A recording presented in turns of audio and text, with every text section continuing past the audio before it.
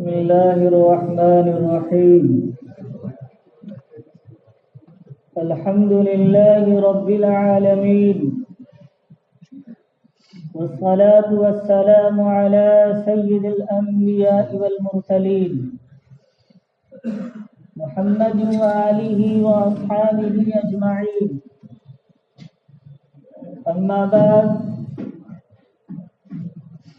عن أبي هريرة رضي الله تعالى عنه قال: قال رسول الله صلى الله عليه وسلم: من حسن إسلام المرء تركه ما لا يعنيه، أو كما قال رسول الله صلى الله عليه وسلم.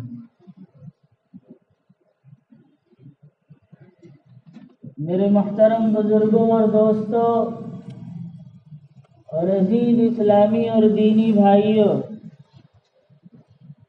آپ حضرات کے سامنے ترمذی شریف سے حدیث نمبر 2317 تلاوت کی گئی ہے. دعا فرمائے اللہ رب العزت والجلال کچھ کام کی باتیں کہنے کی توفیق عطا فرمائے. 2024 ختم ہونے کو ہے اور آئندہ چند دنوں میں 2025 کی ابتدا ہونے والی ہے.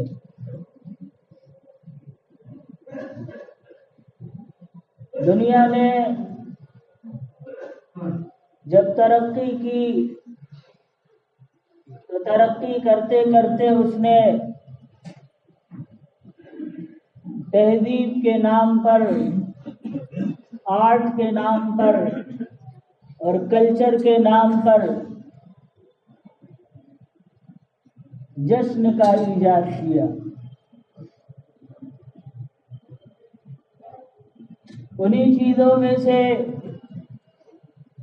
ایک جشن ہے نیا سال کا جشن. جب نیا سال آتا ہے تو خاص طور سے نوجوان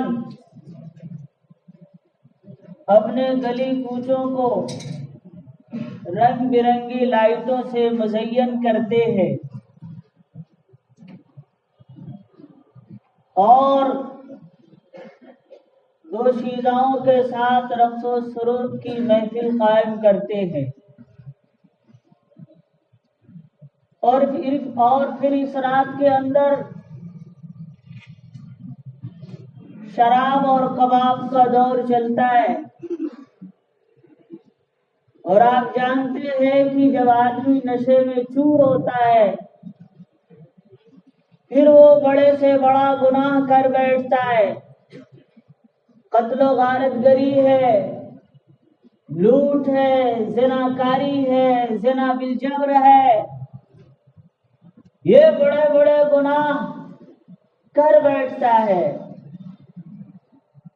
اسی لیے شراب کے بارے میں رسول اکرم صلی اللہ علیہ وسلم نے فرمایا تھا کہ شراب پینے والا جب شراب پیتا ہے پھر اسے پتہ نہیں چلتا کہ وہ اپنی ماں کے پاس جا رہا ہے یا اپنی بیوی کے پاس جا رہا ہے.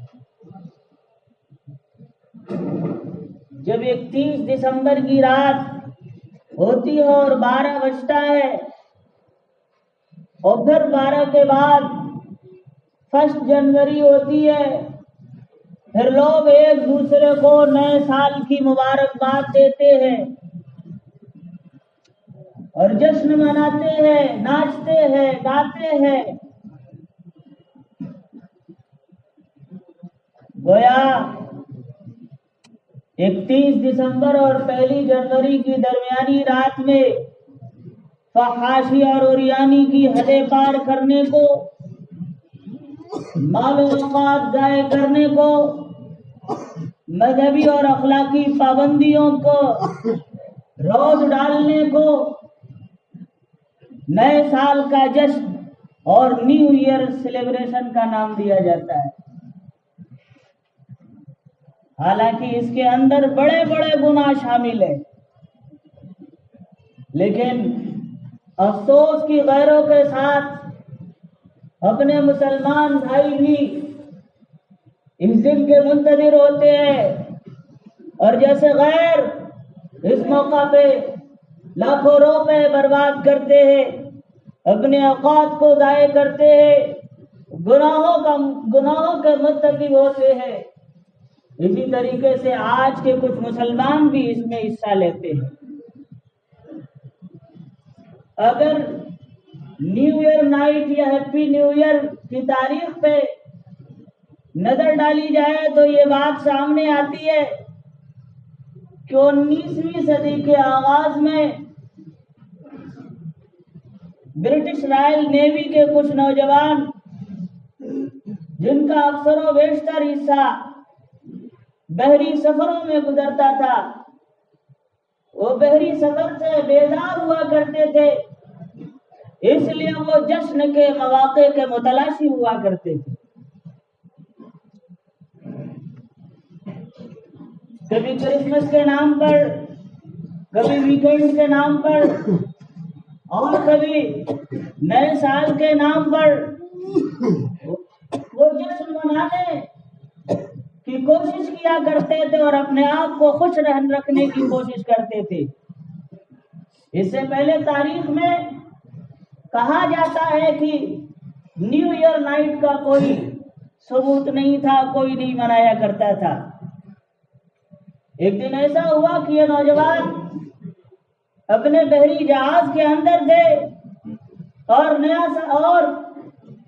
دسمبر اختتام کو تھا، تو یہ آپس میں مشورہ کرنے لگے کہ جب نیا سال ہو، جب نئے سال کی پہلی تاریخ ہو تو اس میں ہمیں جشن منانا چاہیے۔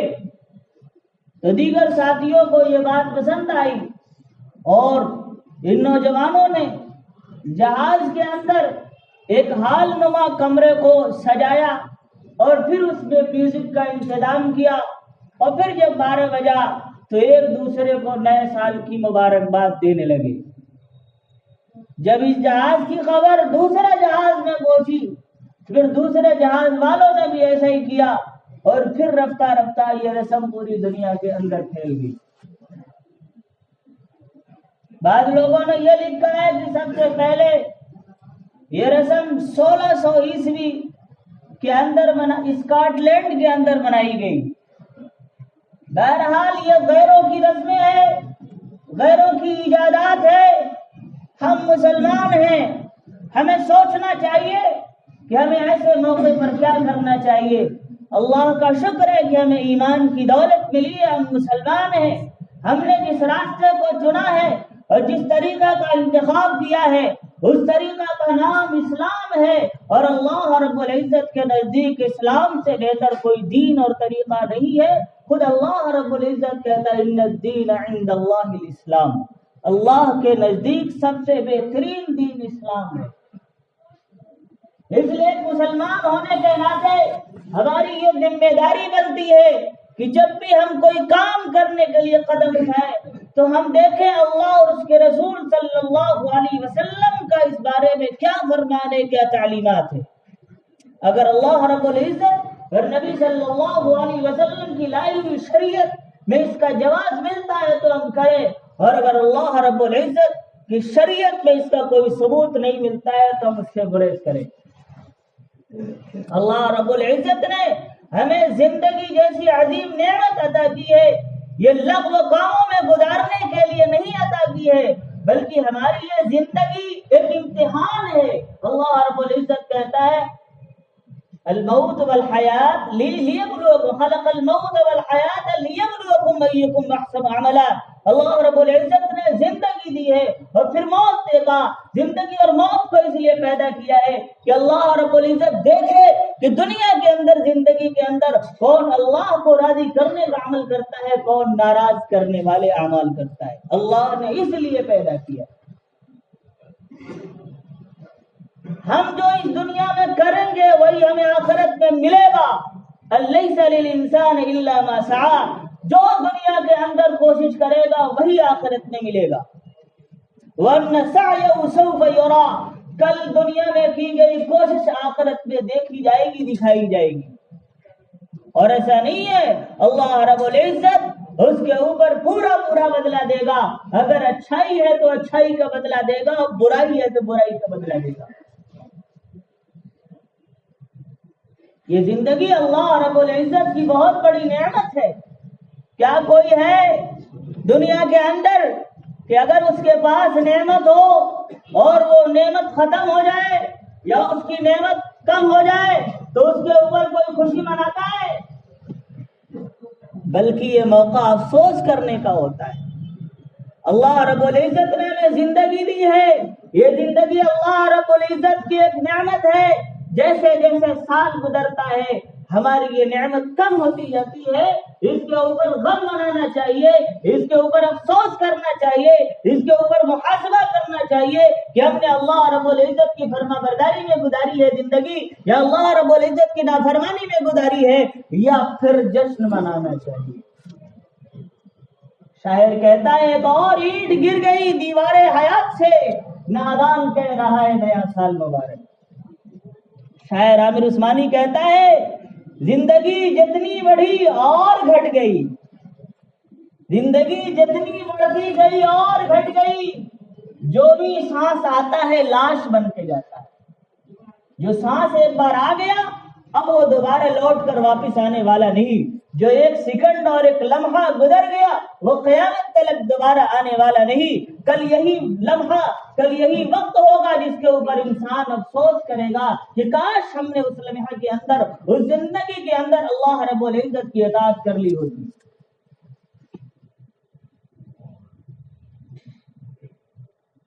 ہمیں اس زندگی کو اللہ رب العزت کے رضا والے کاموں میں لگانا چاہیے. ایک عقل مند اور کامیاب مومن وہی ہے.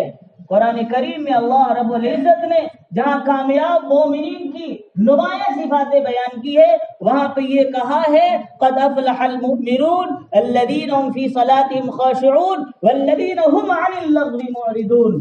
کامیاب مومن وہ ہے جو اپنی نمازوں کے اندر خشوع پیدا کرتے ہیں. کامیاب مومن وہ ہے جو زکوٰۃ دیتے ہیں. اور تیسرے نمبر پہ کہتے ہیں وَهُمْ عَنِ اللَّغْوِ مُعْرِضُونَ، اور وہ لغویات سے اعراض کرتے ہیں، لغویات سے دور رہتے ہیں. نیا سال منانا کیا یہ نیک کام ہے؟ نیا سال منانا یہ ایک لغو اور بیکار کام ہے جس کا شریعت سے کوئی تعلق نہیں ہے. رسول اکرم صلی اللہ علیہ وسلم نے ارشاد فرمایا من حسن اسلام المرء ترکہ ما لا یعنیہ، مومن کا اچھا اسلام اس وقت ہوگا جب وہ لایانی باتوں سے اپنے آپ کو دور رکھے گا. لایانی چیزوں سے، بے مقصد چیزوں سے، فضول کاموں سے، فضول باتوں سے اپنے آپ کو دور رکھتا ہے تو اس کا اسلام اچھا ہے. اور اگر دور نہیں رکھتا ہے تو پھر کہنے کی ضرورت نہیں ہے. ہم یہ سمجھتے ہیں کہ اللہ رب العزت نے ہمیں جو زندگی دی ہے ہم چاہے جیسے گزار لیں، کوئی پوچھنے والا نہیں ہے، تو یہ ہماری غفلت اور خام خیالی ہے. رسول اکرم صلی اللہ علیہ وسلم نے فرمایا ہے کہ کل قیامت کا دن ہوگا، اللہ رب العزت کے بارگاہ میں اللہ کے سامنے کھڑے ہوں گے. لا تزول قدم ابن آدم، بنی آدم کا قدم نہیں ہٹ سکے گا جب تک اللہ رب العزت اس سے 5 سوال نہ کر لے. پوچھے گا اللہ رب العزت میں نے تمہیں جوانی دی تھی، تم نے جوانی کو کہاں بھلایا ہے؟ آیا میرے رضا والے کاموں میں خرچ کیا ہے یا میری نافرمانی میں خرچ کیا ہے؟ جوانی میں مست تھے، آوارگی میں مست تھے، ناچ گانے میں مست تھے، یا تہجد میں کھڑے ہوتے تھے، مصلی پر اللہ رب العزت کے سامنے کھڑے ہوتے تھے، اللہ کی فرما برداری والے کام کرتے تھے یا نافرمانی والے کام کرتے تھے. پوچھا جائے گا کہ جوانی کہاں خرچ کی. پوچھا جائے گا کہ ہم نے جو تمہیں علم دیا تھا بتاؤ اس علم پہ تم نے کتنا عمل کیا ہے. پوچھا جائے گا ہم نے تمہیں مال دیا تھا بتاؤ تم نے وہ مال کہاں سے کمایا تھا؟ جائز طریقے سے کمایا تھا یا ناجائز طریقے سے کمایا تھا؟ حلال کمایا تھا یا حرام کمایا تھا؟ سود کے ذریعے سے کمایا تھا یا حلال بیع کے ذریعے کمایا تھا؟ اللہ رب العزت پوچھے گا. وَمِنْ أَيْنَ أَنْفَقَهُ، اور کہاں تم نے خرچ کیا ہے یہ بھی پوچھے گا. صرف کمانے کے بارے میں نہیں پوچھے گا، پوچھے گا لغویات پہ خرچ کیا تھا یا خیر کے کاموں میں خرچ کیا تھا، ضرورت کی جگہوں پہ خرچ کیا تھا یا اسراف کیا تھا، فضول خرچ کیا تھا. اللہ رب العزت پوچھے. جب تک 5 سوال اللہ رب العزت نہ کر لے گا اس وقت کسی کے قدم وہاں سے ٹل نہیں سکتے. اور ہم سوچتے ہیں ہم جو کریں ہم سے کوئی پوچھنے والا نہیں، ہماری کوئی گرفت کرنے والا نہیں، ہم سے کوئی بات پوچھ کرنے والا نہیں. ہم ایک پیونیر بنائیں، ہم نیا سال منائیں، ہمارے دماغ میں جو آتا ہے وہ ہم کریں. ارے بھائی ذرا سوچے تو، مسلمانوں کا نیا سال جنوری سے شروع نہیں ہوتا ہے. مسلمانوں کے احکامات کے تعلق جنوری فروری سے نہیں ہے. مسلمانوں کے احکامات کے تعلق محرم سے، قمری مہینوں سے، چاند سے مسلمانوں کے احکامات کا تعلق ہے. رسول اکرم صلی اللہ علیہ وسلم نے فرمایا صوموا لرؤیتہ وافطروا لرؤیتہ. اگر چاند دیکھ لو تو روزہ رکھنا شروع کر دو، چاند دیکھ لو پھر عید منانے لگو. تو ہمارے احکامات کا مدار چاند پر رکھا گیا ہے، کسی حساب پر نہیں رکھا گیا.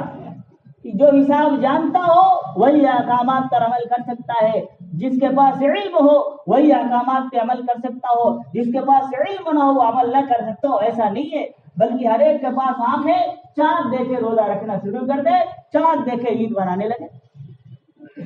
اور اسلام کی خصوصیت میں سے ایک خصوصیت یہ بھی ہے کہ اسلام مساوات کی تعلیم دیتا ہے، اس کے اندر ہمہ گیری ہے. اس کا تقاضا بھی یہی تھا کہ اسلامی احکامات کا تعلق چاند سے ہو. مان لیجئے اسلامی احکامات میں سے ایک حکم روزہ ہے، اگر اس روزے کا تعلق رکھ دیا جاتا ہے جنوری فروری سے،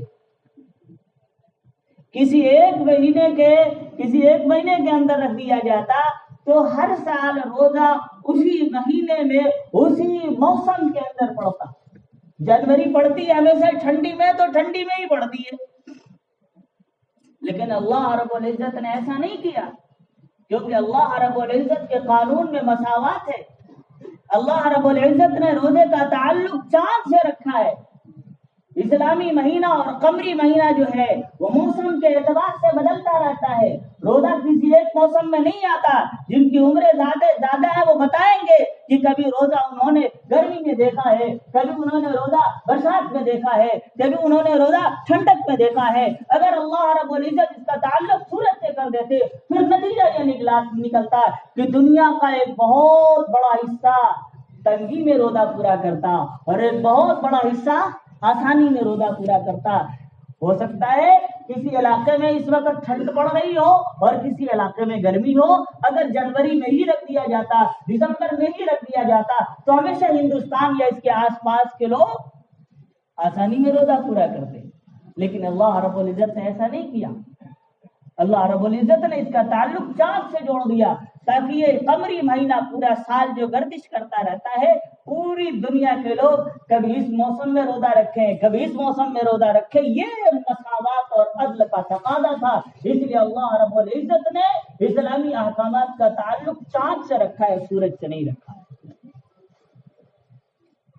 لیکن افسوس کی بات ہے کہ ہمارے بیشتر لوگ ایسے ہیں جن کو جنوری فروری تو معلوم ہوتی ہے لیکن محرم سفر معلوم نہیں ہوتا. کب محرم اسٹارٹ ہوتا ہے، کب ذوالحجہ آتا ہے اور سال مکمل ہوتا ہے، کسی کو بہت سے لوگوں کو معلوم نہیں ہے. حالانکہ علماء نے لکھا ہے کہ قمری سال کا جاننا اور اس کا استعمال کرنا فرض کفایہ ہے.